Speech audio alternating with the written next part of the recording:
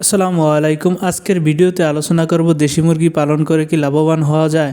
হ্যাঁ, আপনি যদি সঠিকভাবে সঠিক নিয়মে পরিচালনা করতে পারেন, আপনিও দেশি মুরগি থেকে ভালো একটা প্রফিট নিতে পারবেন।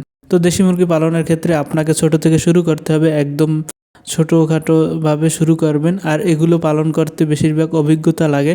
আপনি এই দেশি মুরগি থেকে যদি অভিজ্ঞতা নিতে পারেন, সামনের দিকে কোনো ফার্ম দিতে পারবেন, দেন সব কিছু দিতে পারবেন। আর দেশি মুরগি পালন করতে কোনো মেডিসিন তেমন বেশি লাগে না।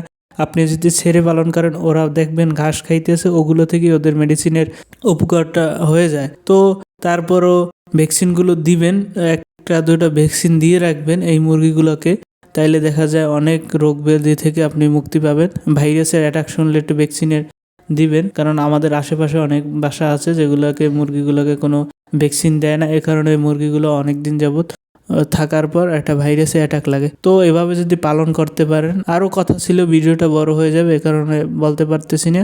তো আমার পেজটি ফলো দিয়ে আমাদের সাথে থাকুন। সামনের কোনো ভিডিওতে দেশি মুরগি সম্পর্কে আরও আলোচনা করব। আসসালামু আলাইকুম রহমতুল্লাহ।